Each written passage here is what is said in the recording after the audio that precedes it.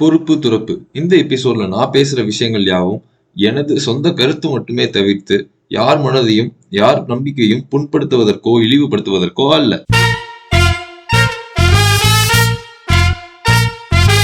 Hi hello வணக்கம், நான் உங்கள் Harish. This is VOV voice of Vaigai, the tales of a boy from Madurai.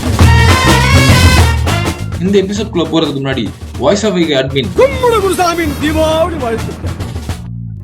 So இந்த episode ஆரம்பிக்கிறதுக்கு முன்னாடி நான் இன்னொரு விஷயத்தையுமே இங்க பதிவு பண்ணிக்கிறேன். என்னன்னா, எனக்கு கடவுள் நம்பிக்கை இருக்கு அண்ட் நான் ஒரு நான் வெஜிடேரியன்.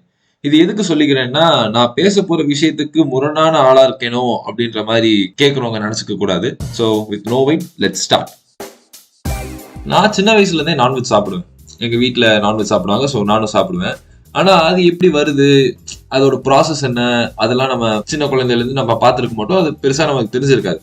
அதுக்கடுத்து ஒரு சர்டைன் ஏஜுக்கு மேல நம்ம கறி கடைக்கு போவோம், அந்த கறியை வெட்டுவாங்க, அதை பார்ப்போம், லைக் அதை வாங்குவோம்.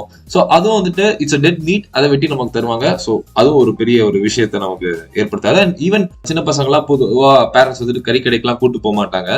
என்னை பொறுத்தவரை நல்லா ஆக்கிப்பட்டா நல்லா சாப்பிடுவேன். அந்த மாதிரி ஒரு சுச்சுவேஷன்ல வளர்ந்த குழந்தை தான் நான். ஸோ எனக்கு கடா வெட்டுங்கிறதுலாம் பெருசா எனக்கு பரிச்சயப்பட்டதுல எனக்கு ஒரு சின்ன வயசுல இந்த மாதிரி எங்க தாத்தா பாட்டி யாராச்சும் ஏதாச்சும் ஒரு நேர்த்தி கடன் அந்த மாதிரி வச்சுட்டு அங்க மதுரையில பாண்டி கோயிலுக்கு கடா வெட்டு அப்படின்னு சொல்லி நேர்ந்து விட்டு ஒரு ஆடு வளர்த்து அதை அப்போ அது ஆடை வளர்க்குறப்போ பார்ப்போம். அப்படி தடவை கொடுத்து அதுக்கு வாயில புல்லு ஊட்டி இலைதலையெல்லாம் பறிச்சு அதை வாயில சுருகி அத மாதிரி நம்ம அது ஒரு பெட்டனிமலா வளர்த்து திடீர்னு பார்த்தா அதை நமக்கு சமைச்சு வைப்பாங்க. பட் அது வந்துட்டு ஐயோ இது வெட்டி நமக்கு வச்சுட்டாங்களேன்னா நான் ஒன்னும் யோசிச்சது இல்லை.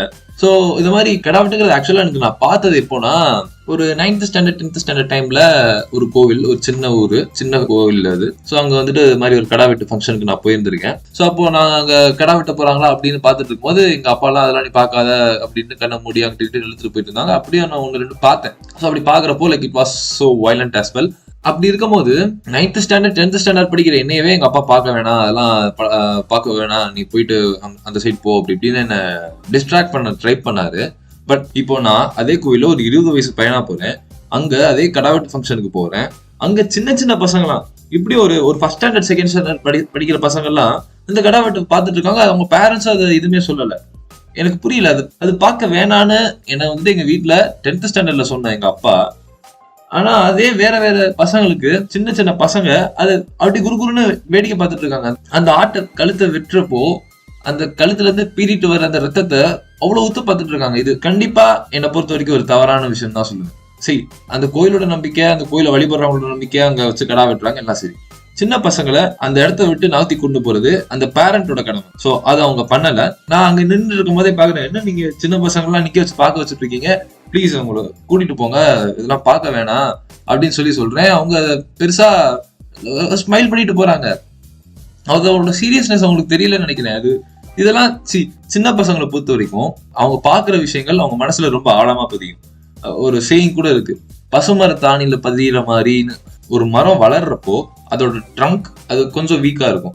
ஸோ தட் அதுல ஒரு ஆணி அடிச்சோம்னா டக்குன்னு போயிடும். அதே ஒரு மரம் நல்லா வளர்ந்ததுக்கு அப்புறம் அதுல அடிக்கிற ஆணி இறங்காது. ஸோ அந்த பசுமரம்ன்றது வந்துட்டு ரொம்ப இலகிய மரம், அதாவது வளர்ந்துட்டு இருக்கிற ஒரு மரம். ஸோ அந்த மாதிரி ஒரு வளர்ற ஜென்ரேஷன்ல ஒரு விஷயத்த சொல்றாங்கன்னா அந்த விஷயம் அவங்க மனசுல ரொம்ப ஆழமா பதியும். ஸோ அதுதான் அந்த பசுமர தாணி போலன்றதுக்கான ஒரு சேயிங். ஸோ அந்த மாதிரி சின்ன பசங்க அவ்வளோ ஒரு வயலண்டான ஒரு விஷயத்த அப்படி பாக்குறது வந்துட்டு இட்ஸ் டோட்டலி தப்புன்னு தான் நான் சொல்லுவேன். இது ஒரு விஷயம். அப்புறம் அடுத்த விஷயம் என்னன்னா, அங்க இது மாதிரி நிறைய ஆடா இருக்கும். ஸோ அந்த ஆடுங்கள்லாம் நிறுத்தி வச்சு ஒவ்வொன்றிலையும் தண்ணி ஊற்றி அப்புறம் அதை அப்படியே வெட்டுறதுக்கு கூட்டிட்டு போவாங்க. ஸோ அப்படி வந்துட்டு ஒரு ஆடு மட்டும் ரொம்ப நேரம் தலையை ஆட்டாமே இருந்துச்சு அந்த தண்ணி ஊத்துனதுக்கு அப்புறம். ஏன்னா அந்த தலையை ஆட்டினதுக்கு அப்புறம் தான் அவங்க வந்துட்டு ஐயா வந்துட்டு சொல்லிட்டாரு அப்படின்னு சொல்லிட்டு அறுப்பாங்க. லைக் ஓகே, அது அவங்களோட நம்பிக்கை, நான் அதை பத்தி எதுவும் பேச வரல. ஆனா அந்த ஆடு ரொம்ப நேரம் தலையாட்டாம இருந்துச்சு. ஸோ அப்போ வந்துட்டு அவங்க இதை எப்படி எடுத்துருக்கணும்னா, சரி ஐயா அதை வந்துட்டு வேணான்னு சொல்றாரு அப்படின்னு எடுத்து இருந்திருக்கலாம். ஆனா நானும் பாக்குறேன், அந்த ஆடை வெட்ட போறவரு அந்த ஆடோட ஓனரா இல்ல வெட்ட போறவரான்னு எனக்கு தெரியல. அப்படி அந்த ஆடு முன்னாடி மண்டி போட்டு நின்று கையெடுத்து குண்டு லைக் கெஞ்சிட்டு இருக்காங்க. அந்த ஆடை வெட்டுறதுக்கு அந்த ஆடுகிட்டே கெஞ்சிட்டு இருக்காங்க மாதிரி எனக்கு ஃபீல் ஆச்சு. அந்த கமாண்ட் வரலன்னா அது விட்டுற வேண்டியதானே. சரி, இது பொதுவா இந்த ஆடு மேல தண்ணி ஊத்துறது, அது தண்ணி ஊத்துனதுக்கு அப்புறம் தலையை காட்டினோடனே வெட்டிடுறதுங்கிறது எந்த விதத்துல ஒரு சரியான விஷயம் எனக்கு தெரியல. இது இன்னைக்கு நேற்று நடக்குதுல்ல, இத்தனை காலமா நடந்துட்டு இருக்கிறது தான். பட் எந்த ஒரு உயிரினமா இருந்தாலும் மேல தண்ணி பட்டா தலையை சிலுப்பதான் செய்யும் இல்லையா? ஸோ அதே மாதிரிதான் அந்த ஆடும். அதை வந்துட்டு அவங்களுக்கு கடவுள் கொடுக்குற ஒரு உத்தரவா அவங்க எடுத்துக்கிறாங்கன்னு வச்சுக்கோங்க. அப்படியே அந்த ஒரு ஆடு ரொம்ப நேரம் தலையை ஆட்டாம இருந்துச்சுன்னா அப்ப அதை விட்டுற வேண்டியதானே அப்படின்ற மாதிரி எனக்கு இருந்துச்சு. பட் கடைசியில அதுவும் தலையை ஆட்டிடுச்சு, அது சமைச்சாச்சு, சாப்பிட்டாச்சு. அந்த ஒரு விஷயம் எனக்கு கொஞ்சம் ஒரு மாதிரி உறுத்தலாவே இருந்துச்சு. எங்க அம்மாட்ட போய் சொல்லிட்டு இருந்தேன், அமைதியாரு அப்படின்ட்டு எங்க அம்மா கண்ணை காட்டிட்டு இருந்தாங்க. சரி ஓகே, நான் பேச வேண்டிய இடத்துல பேசிக்கிறேன் அப்படின்னு சொல்லிட்டு இங்க வந்து நான் கூட்டிட்டு இருக்கேன். அதுவும் இல்லாம இந்த கடா வெட்டுங்கிற ஒரு விஷயமே இன்னும் ரொம்ப பின்தங்கி இருக்கு. எப்படின்னா, மதுரை பக்கத்துல ஒரு கிராமம், அங்க வந்துட்டு ஒரு கடா வெட்டு திருவிழா இதே மாதிரி நடக்கும்.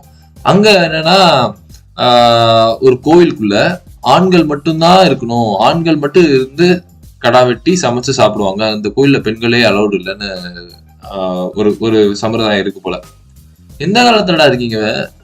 இன்னும் கோயிலுக்குள்ள பொண்ணு வரக்கூடாது, இன்னும் கோயிலுக்குள்ள ஏழைபாளைங்க வரக்கூடாது அப்படின்னா, இதுல இந்த கோயில் ஆண்கள் மட்டும்தான், இந்த கடா வெட்டு பண்டிகையில ஆண்கள் மட்டும்தான் கடா வெட்டு நடத்தி சாமி கும்பிட்டு வெட்டி சமைச்சு சாப்பிடணுமா? என்ன லாஜிக் இது? கடவுள் வந்துட்டு உள்ள பெண்களை வந்து அவங்க வரக்கூடாதுன்னு சொல்ல போறாங்க. பெண் தெய்வங்கள் அத்தனை இருக்குடா. எனக்கு இதெல்லாம் எங்க போய் சொல்றதுன்னு தெரியல. இதெல்லாம் சமஷாக்கு கேட்டோன்னே. ஏன்னா இந்த கண்டென்ட் நான் பண்ணணும்னு நான் முடிவு பண்ணதுக்கு அப்புறம் இது சம்பந்தமா நான் R&D பண்ணப்போ எனக்கு தெரிஞ்ச ஒரு விஷயம் அது. இன்னும் எக்ஸ்ப்ளோர் பண்ணாத ஊர்கள்ல, எக்ஸ்ப்ளோர் பண்ணாத கோவில்கள்ல இன்னும் என்னென்ன விதவிதமான சம்பிரதாயங்கள்லாம் வச்சிருக்காங்க தெரியல. என்னை பொறுத்த வரைக்கும் சிம்பிளா ஒன்று சொல்றேன், நம்பிக்கை இருக்கலாம், மூட நம்பிக்கை இருக்கக்கூடாது. Too much of anything is good for நத்திங்னு ஒரு சேயிங் இருக்கு இல்லையா? அதே மாதிரி தான் எல்லாத்துலயுமே ஒரு அளவோட இருக்கும். அதுதான் நான் சொல்லிக்க விரும்புறேன். It's just a small episode தான், அவ்வளவுதான், வேற ஒன்றும் இல்லை. ஸோ இந்த எபிசோடே ப்ராபப்ளி நான் வீட்டில் ஆட்டுக்கால் குழம்புலாம் சமைச்சு அதை சாப்பிட்டுட்டு தான் பேசுற மாதிரி இருக்கும். ஸோ நான்வெஜ் சாப்பிட்றத பத்தி எதுவுமே சொல்லலை. இந்த மாதிரி ஒரு சோசியலான ஒரு ஈவெண்ட்ல அது அடுத்த ஜெனரேஷனுக்கு கொடுக்குற ஒரு இம்பாக்டை பத்தின ஒரு டாபிக் தான் நான் ரொம்ப மெயினா இந்த எபிசோட்ல பதிவு பண்ணணும்னு நினைச்சேன். ஸோ அதை தாண்டி ஒரு எக்ஸ்ட்ராவா 4 to 5 பாயிண்ட்ஸ் கேதர் பண்ணதை நான் இங்க சொல்லிக்கிறேன். ஸோ that's it guys, எல்லாரும் சேஃபா தீபாவளி கொண்டாடுங்க. ஸோ அடுத்த வாரம் வேற ஒரு எபிசோட்ல வந்து பார்க்குறேன். Until then, bye from Harish. Happy Diwali.